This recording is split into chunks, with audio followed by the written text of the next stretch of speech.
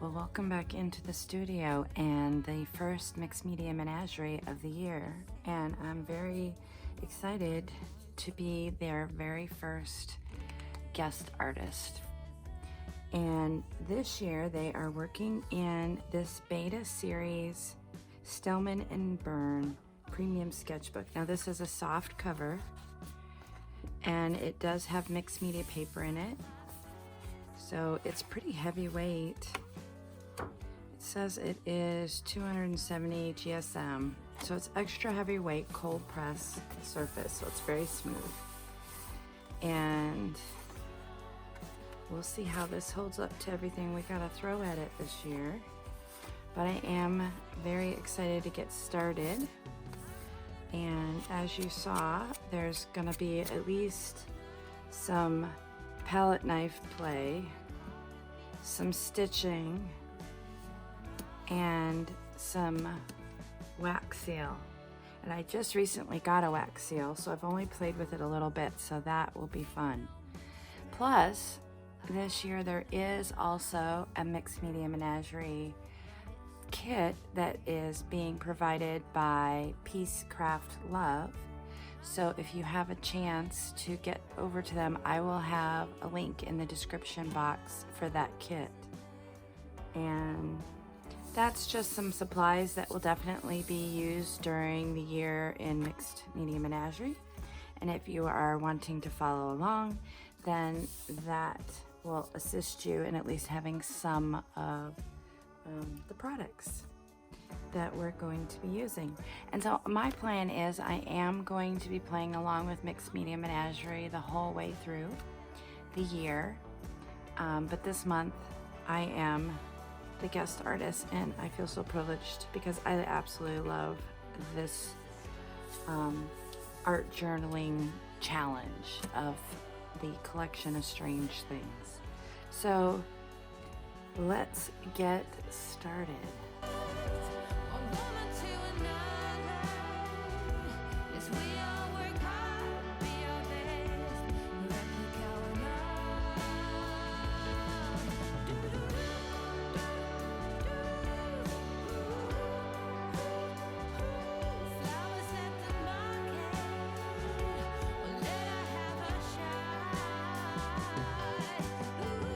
This is that IKEA paper that I absolutely adore. It kind of melts as you put it onto the paper. This is from an actual IKEA store, and they use it to wrap your fragiles in. It's a mixed media luscious paper find. Gives great texture.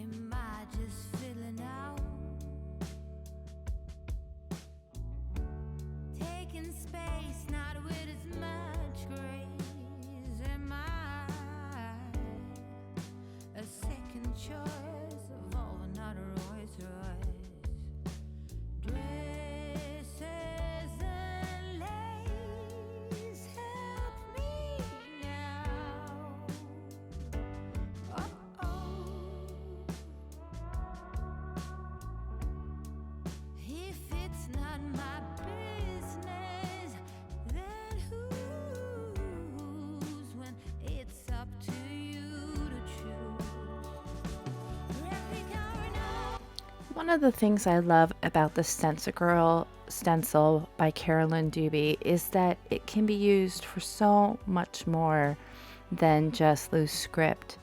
To me, this starts to feel almost organic in nature. The reverse is coming through. It is a mask. But I love the diversity of this stencil.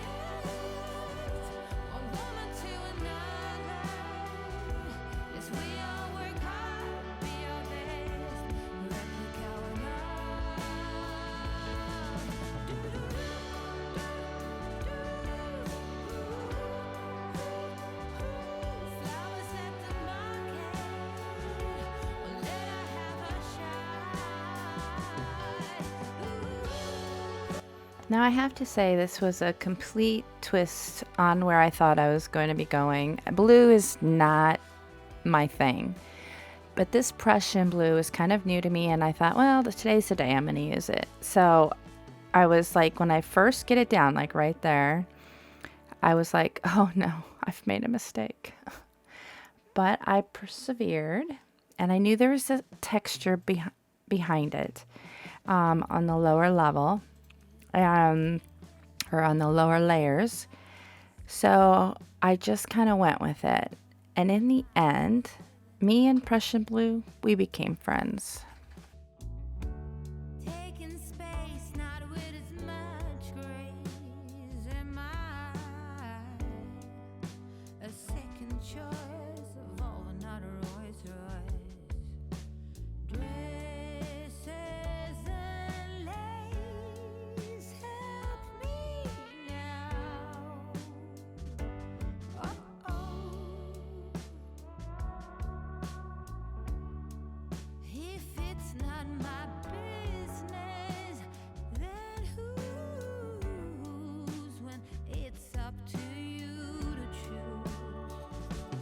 And right here, you're gonna see a big dark plop of Prussian blue.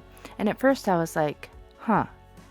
And I was like, ooh, because I really liked how it worked with that texture below it.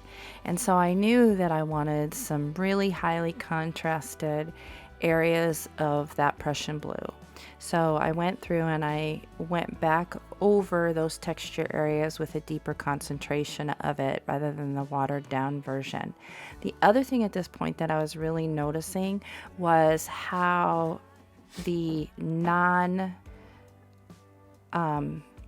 the masked areas of the stencil, so the more orangey or coral pinkish areas of that IKEA paper, that organic flow of the movement of that stencil is peeking through in certain areas. So by this time, I'm really starting to feel more comfortable with the blue and the darkness.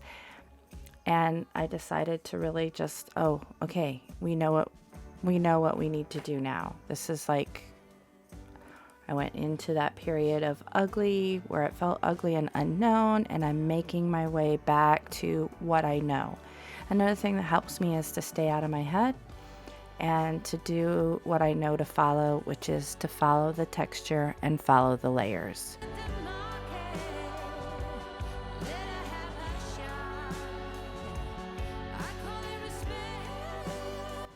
So in true Nina fashion, I am coming in now with my white gesso to seek out those gorgeous areas of texture.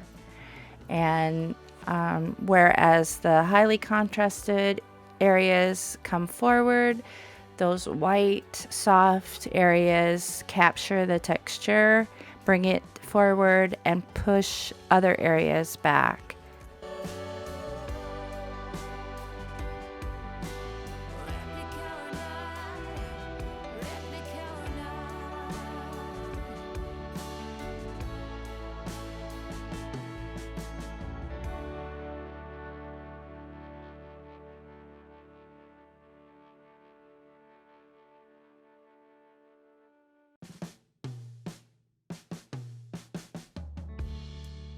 You've got me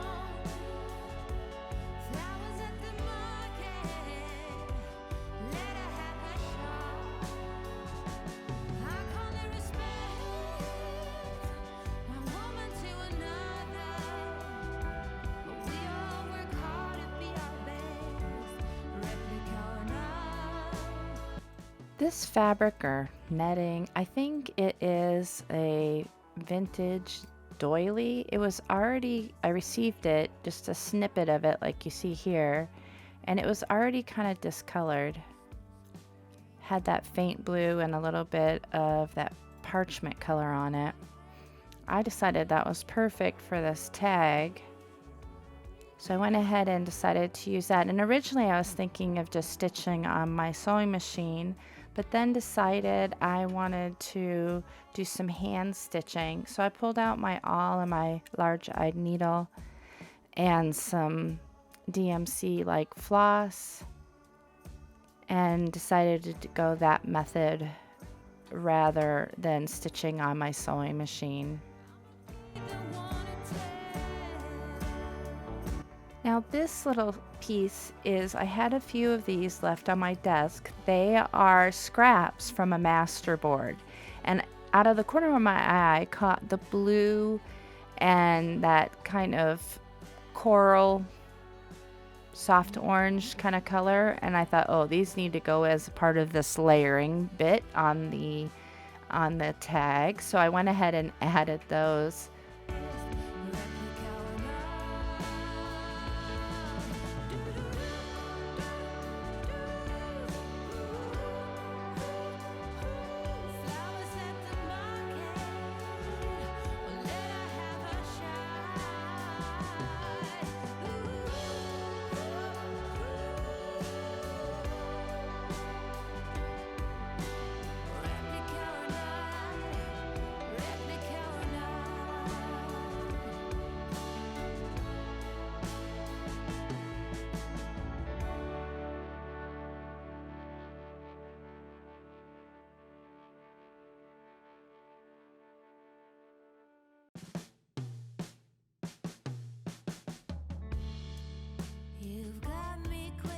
So at this point I have everything covered except for the wax seal part of the strange collection of things.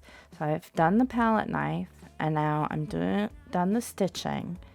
So I need to focus on getting that wax seal in, and luckily recently I just purchased wax seal supplies, so I'm kind of excited to dive into this a little bit more. I've done some practice with it, but not much.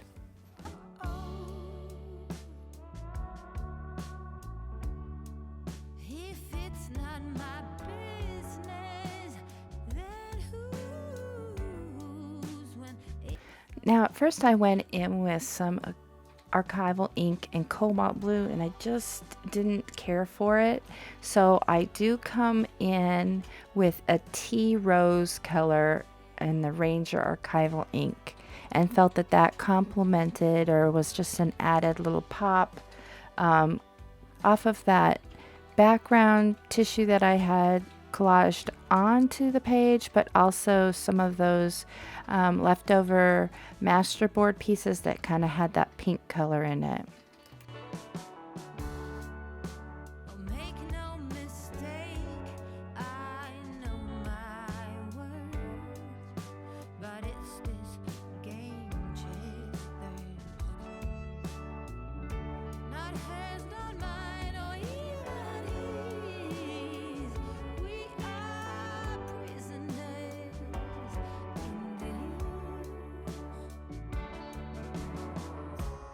Time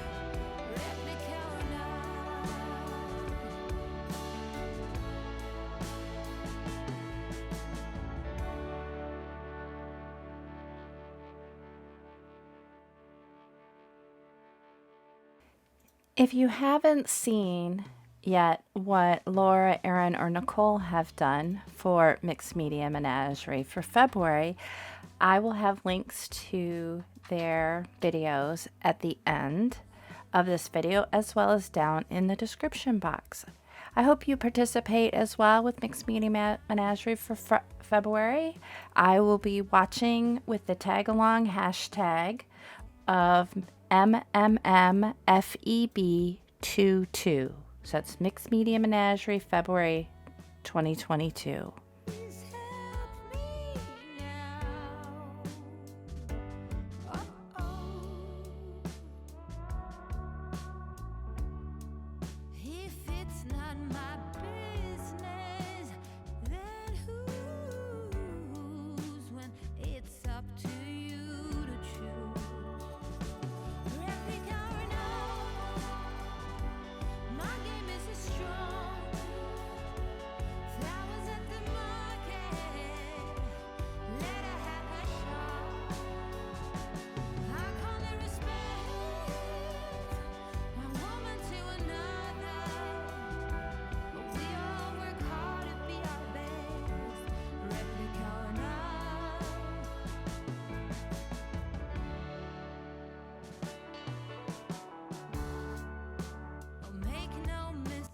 And I'd like to extend a huge thank you to Erin, Nicole, and Laura for having me as their very first Mixed Media Menagerie guest artist.